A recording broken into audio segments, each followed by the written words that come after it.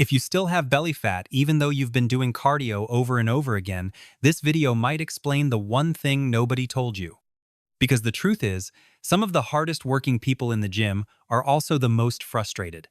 They run, cycle, sweat, and leave feeling productive. But weeks later, the lower belly is still there. The waistline barely changes, and the mirror keeps delivering the same quiet disappointment. And before we get into the 5 exercises that can change that, stay with me until the end. Because one of them is so underrated, most people skip it completely. If this video helps you rethink your strategy, make sure you like, subscribe, and comment down below with the exercise you need most, because I want to know where you're struggling. The biggest mistake people make is believing belly fat disappears just because you burn more calories. That sounds logical. Move more, burn more, lose more. But the human body is not a simple math equation. Your body is a survival machine. It responds to stress, hormones, muscle demand, sleep quality, inflammation, blood sugar swings, and movement patterns. Belly fat, especially the stubborn kind around the lower stomach, often stays because your body is not getting the right signal to let it go. That's why cardio can feel effective without being truly efficient. You finish drenched in sweat, your heart is pounding, and mentally it feels like you did something powerful. But sweat is not proof of fat loss. Exhaustion is not proof of progress. And just because something feels hard does not mean it is the right tool for the job. Think of it like trying to fix a weak house foundation by repainting the walls. You are doing work. You are spending time, but you are not solving the real problem. In the same way, if your body needs stronger muscle activation, better metabolic demand, and more total body tension, then endless cardio becomes a distraction from the actual solution. Here is the hidden truth. Belly fat is strongly influenced by what your body senses every day. If your system senses weakness, poor muscle engagement, low strength demand, too much sitting, high stress, and unstable energy use, it becomes harder to change your shape. But when your body senses powerful muscular work, improved insulin sensitivity, higher post-workout energy demand, and a stronger core system, fat loss starts becoming more realistic. That is where these 5 exercises come in. They are not magic tricks. They are better signals. They train the muscles that matter, challenge the body more efficiently, and help create the kind of environment where stubborn belly fat becomes easier to lose. Exercise number 1 is the squat. Not because squats directly burn belly fat from your stomach, but because they train some of the largest muscles in your body all at once. Your quads, glutes, core, back, and stabilizers all have to work together. That matters because large muscle recruitment creates a stronger metabolic response than low-intensity repetitive cardio. Squats also force your core to brace, which teaches your midsection to support load instead of just existing passively. When most people think about losing belly fat, they obsess over crunches. But your body does not respect obsession. It responds to demand. And the squat creates full-body demand. It is one of the fastest ways to tell your body, we need stronger legs, better posture, more muscle, and more energy output. That is a completely different message than slowly drifting through another 40 minutes on a bike. If regular bodyweight squats are too easy, slow them down. Pause at the bottom. Add dumbbells. Increase the tension. Because intensity matters. Quality matters. Your body changes when it is challenged, not when it is merely occupied. Exercise number 2 is the dead bug. This one looks simple, almost too simple, which is exactly why so many people ignore it. But the dead bug teaches something most people with belly fat are missing. Deep core control. Not flashy ab tension. Not neck-straining crunch energy. Real control. A weak core doesn't just affect how your abs look. It affects your posture, rib position, pelvic control, breathing pattern, and how efficiently the rest of your body moves. If your pelvis tilts forward and your lower back takes over everything, your stomach can look more pronounced even before body fat becomes part of the equation. The dead bug helps correct that. When you do it properly, your lower back stays connected, your ribs stay down, your breathing stays controlled, and your limbs move without your torso collapsing. That creates stability from the inside out. And stability changes how you train everything else. This is where the myth starts breaking apart. People think fat loss starts with more motion. Sometimes it starts with better control. Because when your core works properly, your squats get better, your walking gets better, your lifting gets better, and your body becomes more efficient at producing force. That matters far more than most people realize. And this leads to something important. The goal is not to punish your body until it shrinks. The goal is to build a body that burns better, moves better, and responds better. That is a very different mindset. So already, 2 exercises in, you can see the pattern. We are not chasing sweat for the sake of sweat. We are choosing movements that create strength, tension, muscle recruitment, and metabolic benefit. That is how you stop wasting effort. Because the real reason many people stay stuck is not laziness. It is misdirected discipline. They are working hard, but they are working hard in the wrong direction. And once you understand that, the whole game changes. Because once you stop treating cardio like a religion and start treating training like communication, you understand what fat loss is. It is your body receiving instructions.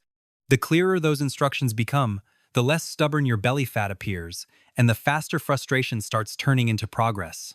Exercise number 3 is the walking lunge.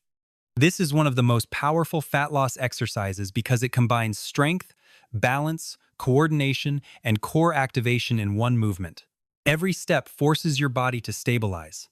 Your glutes fire, your legs work independently, and your torso has to resist wobbling. That single detail matters more than people think, because resisting movement can be just as important as creating movement. Lunges also expose weakness.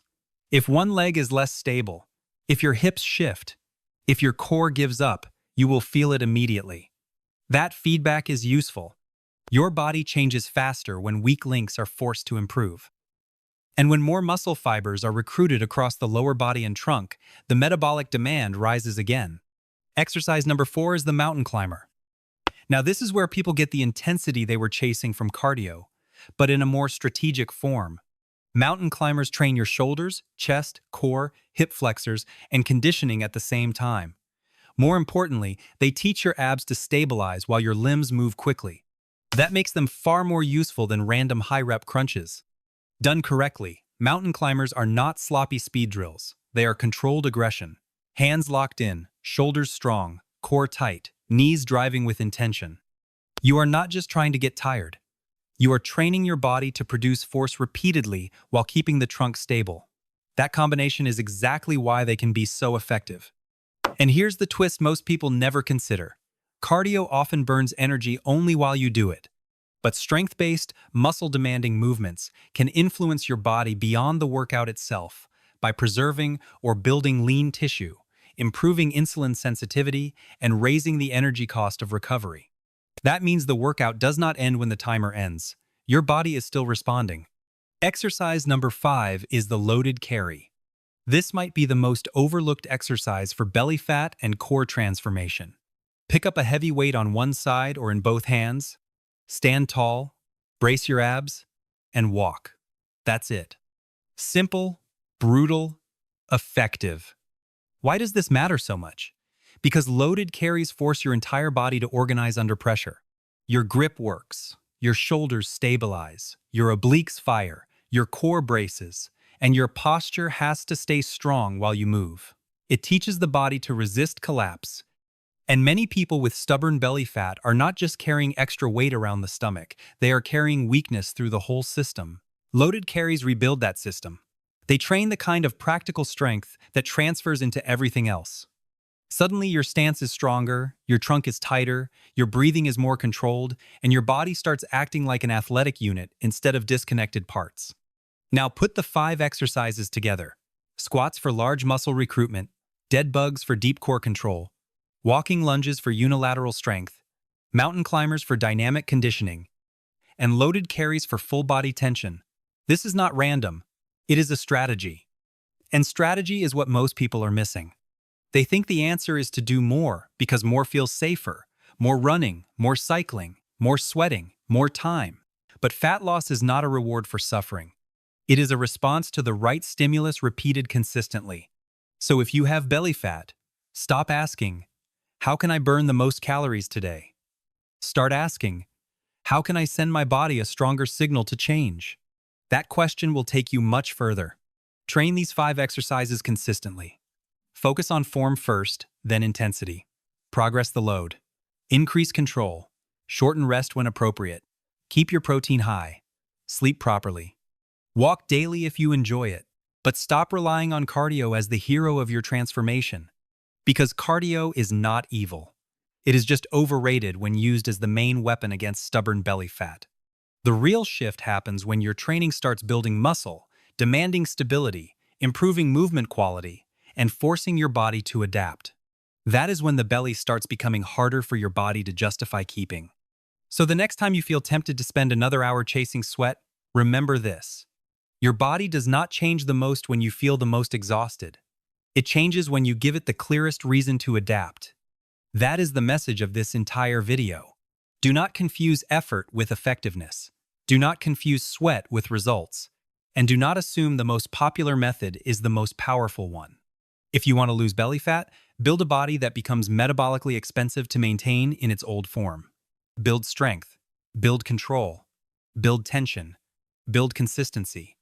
And if you do that, those long cardio sessions stop being your dependency and start becoming optional. You do not need more punishment. You need better signals. You do not need more random work. You need smarter training. And you do not need to keep guessing. You now have 5 exercises that can move you in the right direction. Try this structure for the next 4 weeks. Start with squats, move into walking lunges, then dead bugs, finish with mountain climbers, and end with loaded carries. Train 3 times per week. Keep the sessions focused. Track your reps, your load, your waist measurement, your energy, and how your clothes fit. Those signals matter because belly fat often leaves slowly, then suddenly. And when progress feels invisible, structure keeps you from quitting too early. That is how smart training beats emotional training. Emotional training chases whatever feels hardest that day.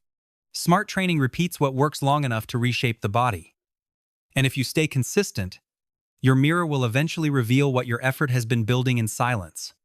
If this helped change the way you think about belly fat, like the video, subscribe for more science-based breakdowns, and comment down below which of these 5 exercises you're adding first.